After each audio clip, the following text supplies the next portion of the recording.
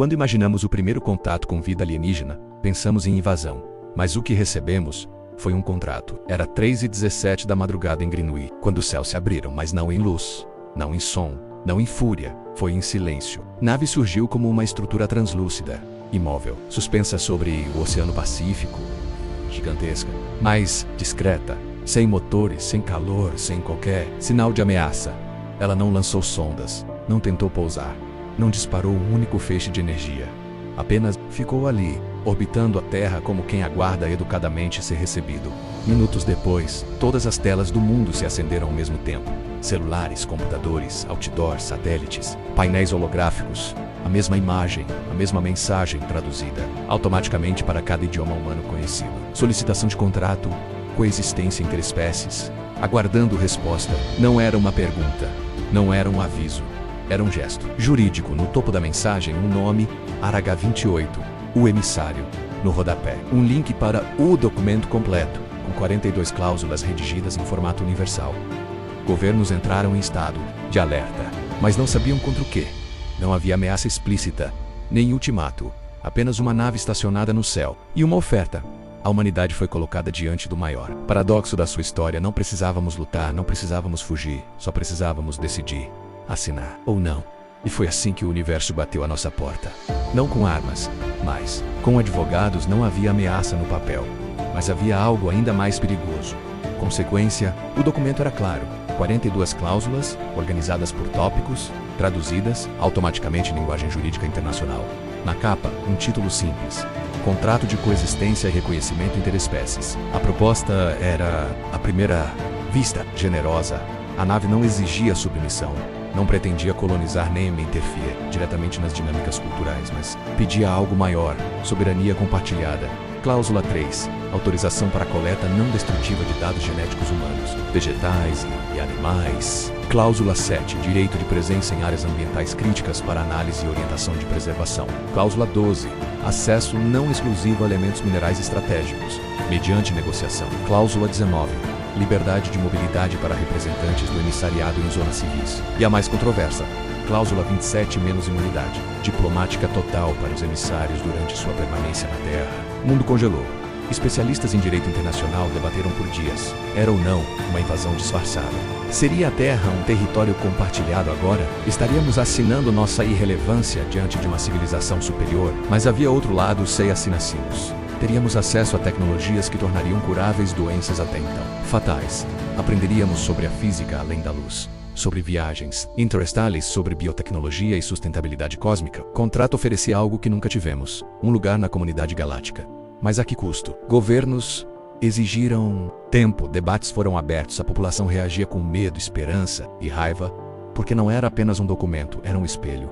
E a pergunta que ele nos fazia não era se queríamos avançar, era: vocês conseguem dividir aquilo que sempre tentaram controlar? Não era um deus, não era um monstro, um interlocutor. O encontro aconteceu 3 dias após a chegada da nave, no Salão da ONU, em Nova Genebra, onde o mundo inteiro assistia ao vivo. Transmissão simultânea, em 194 idiomas.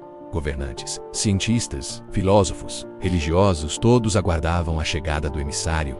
Ele não entrou pela porta, ele se projetou. H28 apareceu no centro do salão como uma forma translúcida, ondulante, feita de luz e matéria fluida.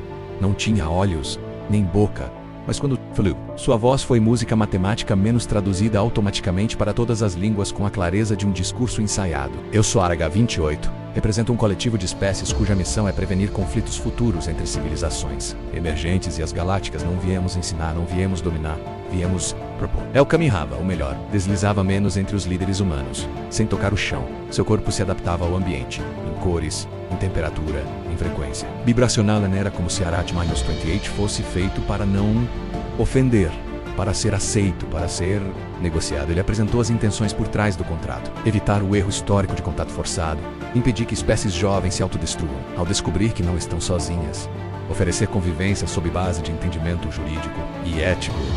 RH28 dizia: assinar esse contrato é reconhecer que o universo não pertence apenas a vocês. É aceitar que coexistência exige limites e humildade. Alguns aplaudiram, outros ficaram em silêncio. Mas ninguém negou o óbvio. A voz que falava com a Terra naquele momento era mais antiga que qualquer império e mais calma do que qualquer discurso humano já feito. RH28 não pedia pressa. pedia maturidade. E ali, entre as ruínas emocionais de séculos de guerras e fronteiras, ficou uma dúvida pairando no ar. Será que crescemos o bastante para conviver com quem não precisa de nós? Não havia tiros, não havia tanques, mas o planeta inteiro estava em guerra. Nos dias que seguiram a aparição de Area 28, a Terra mergulhou em um tipo de conflito novo, sem bombas, sem invasores, sem sangue. Era uma guerra de ideias. Governos se reuniam em sessões emergenciais. A imprensa girava em pânico. As redes explodiam em teorias, manipulações, esperanças, pânicos, cultos, piadas. A divisão foi imediata. Um bloco de países, liderado por grandes potências tecnológicas, queria assinar. Acreditavam que o acesso à ciência alienígena traria cura para doenças prolongamento da vida, revolução energética e proteção contra a extinção. Outro bloco, formado por nações mais conservadoras ou historicamente exploradas, via no contrato um eco colonial. Temiam ser novamente usados como solo de teste. Receavam ceder soberania. Aqueles que se diziam coexistentes, mas pareciam sempre um passo à frente. A população, ainda mais fragmentada. Religiões entraram em colapso. Interpretativo, alguns declararam os emissários como anjos, outros como falsos deuses. Grupos extremistas exigiam ataques imediatos à nave. Enquanto isso, novas seitas alienistas pregavam a assinatura como o batismo estelar. As redes não dormiam. Teóricos da conspiração afirmavam que o contrato já havia sido assinado em segredo. Outros, que a H-28 era uma imposto automóvel criada por governos ocultos. Alguns diziam, a humanidade já perdeu, só não entendeu ainda. E no meio disso tudo, milhões de pessoas simplesmente esperavam, olhavam para o céu e se perguntavam: sei, o universo está nos oferecendo algo?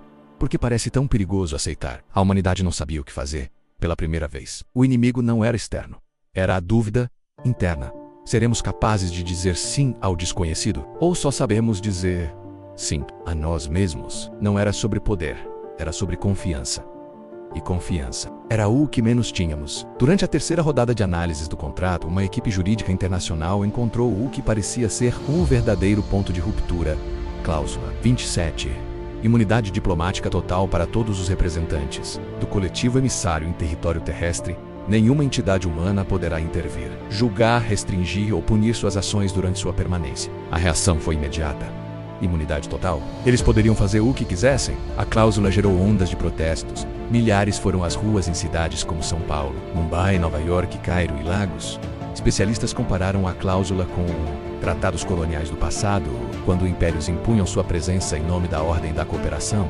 A pergunta era simples: se um emissário cometer um crime, quem o julga? E a resposta era: ninguém.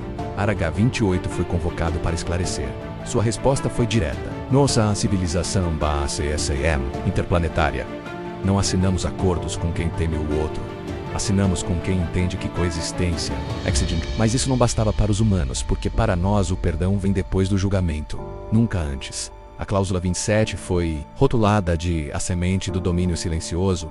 Enquanto os líderes debatiam riscos diplomáticos, a população via outra ameaça.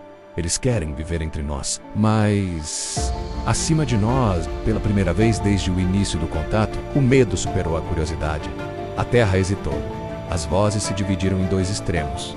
Os que o diziam: se não podemos confiar, não devemos aceitar. E os que diziam: se não podemos confiar, talvez nunca estejamos prontos. A cláusula 27 deixou uma cicatriz no processo e revelou a verdade mais difícil de engolir. Talvez o universo estivesse pronto para compartilhar, mas nós ainda não sabíamos dividir. Não houve explosões, nem tanques nas ruas, mas a humanidade se partiu ao meio. O contrato de primeiro contato deveria ser uma decisão conjunta, mas à medida que os debates avançavam, as fronteiras ideológicas começaram a se formar com mais força do que qualquer linha geográfica. Dois blocos se ergueram no mapa. Bloco de aceitação estratégica liderado por potências tecnológicas e nações de rápido crescimento, como a Aliança Norte-Pacífica, o Cinturão Verde do Sul e o Consórcio Solar Europeu. Acreditavam que o contrato era uma porta de entrada para o futuro. A Terra está à beira de esgotar seus recursos. Negar acesso à ajuda alienígena seria suicídio. Diziam. Esse grupo propunha assinar com ressalvas, criando sistemas de vigilância sobre os emissários, menos mesmo sabendo que a cláusula 27 tornava isso inútil. Bloco de soberania planetária formado por países historicamente explorados, além de nações com forte apego cultural, espiritual ou nacionalista. Para eles, o contrato era um novo colonialismo camuflado. Primeiro vêm como amigos, depois tomam o que quiserem. Repetiam, protestos massivos explodiram nas capitais. Ícones religiosos denunciaram o tratado como a quebra do pacto sagrado entre o homem e o Criador. Grupos independentes prometeram sabotar qualquer tentativa de assinatura. A ONU paralisada, Conselho de Defesa Interestelar recém-formado, rachados, mercados instáveis. A nave alienígena continuava imóvel no céu. A proposta seguia válida, mas aqui embaixo, a Terra ardia em incerteza. O mais curioso? RH-28 não pressionava, não ameaçava, apenas esperava. E esse silêncio tornava tudo pior, porque, quanto mais o universo se calava, mais alto gritávamos uns com os outros. Às vezes, a verdade não vem de quem comanda, mas de quem ainda aprende. A ONU havia convocado a última conferência. Transmissão global, debate aberto entre os dois blocos. H-28 participaria pela última vez antes de a proposta ser formalmente aceita ou recusada. A tensão era insuportável. Discurso após discurso, cada um mais inflamado, Cada argumento mais defensivo, mais técnico, mais carregado de medo. E então, algo aconteceu. Drum Hassan, 12 anos, filho da delegada do consórcio da água, pediu para falar. Era só uma criança, mas estava presente em todas as reuniões ao lado da mãe. Sempre calado, sempre observando o Supreme. O pedido foi aceito. Transmissão ao vivo. Ele caminhou até o microfone, pequeno, com as mãos suando, olhando para dezenas de líderes e milhares de câmeras, e disse: se vocês vão assinar algo com o universo, podem primeiro assinar um acordo entre vocês? Silêncio. Drum respirou fundo e continuou. Na escola, a gente aprende que um contrato é feito quando os dois lados confiam. Mas vocês nem confiam uns nos outros. Querem assinar com eles, sem antes consertar aqui. A gente não precisa de alienígenas para dominar a Terra. A gente já faz isso muito bem sozinho. Então, antes de assinar com o espaço, assinem um com o planeta. Houve silêncio por 7 segundos. Depois, aplauso isolado. Depois, o mundo. O vídeo viralizou. Traduções em todas as línguas. Transmissão em rádios analógicas, satélites, redes sociais, paredes digitais. Não foi um argumento político, foi um espelho. E de repente os dois blocos começaram a se desmanchar na UEM Acordo. Mas em reflexão, o impacto foi tão grande que a RH-28 interrompeu a transmissão. E pela primeira vez, falou com emoção detectável na voz. Essa espécie ainda tem dúvida, mas também tem lucidez. Não houve julgamento, nem punição, apenas pertitão. 3 dias após o discurso de Drum, a RH-28 convocou uma transmissão final, sem aviso prévio, sem tradutores, apenas ele, no centro do salão da ONU, brilhando em tons mais escuros, menos como se refletisse o próprio estado emocional do planeta. Ele falou devagar. Entendemos que ainda não estão prontos, não porque são fracos, mas porque ainda lutam contra si mesmos. Não, havia desprezo em sua voz, apenas reconhecimento. Vocês fizeram a pergunta certa. O que damos em troca? Essa pergunta mostra que ainda não se renderam à pressa. E por isso, nós partimos. Em segundos, a nave suspensa no céu brilhou em branco absoluto. Não disparou, não girou, não fugiu. Apenas sumiu sem destacamento. Sem barulho, sem destino conhecido, ela se foi. O mundo parou por minutos inteiros, a internet ficou muda. As bolsas congelaram. As câmeras do espaço mostravam apenas nuvens. E um céu limpo. A proposta não foi retirada. Ela foi adiada. E esse gesto, tão calmo, tão absoluto, menos causou mais impacto do que qualquer arma, porque não era rejeição, era algo mais cruel e mais verdadeiro. Voltemos quando estiverem prontos para dividir e não dominar. A Terra não foi conquistada, mas também não foi escolhida. Foi avisada. Eles partiram sem levar nada, mas deixaram uma ferida, que nos obrigou a mudar. A ausência da nave se tornou uma nova presença. Nos céus, já não havia brilho estranho. Nas ruas, o cotidiano retornava, mas em cada conversa, em cada decisão política, em cada silêncio, havia o eco da visita. A Terra havia sido colocada, a prova menos, e não passou, mas não foi rejeitada, foi adiada. E isso mudava tudo. Governos reorganizaram prioridades. Tratados de paz foram revistos, organismos internacionais ganharam força. Um novo código ético planetário foi proposto pela ONU, inspirado em 3 palavras do contrato: coexistência, limite, reciprocidade. Escolas incluíram história do primeiro contato nos currículos.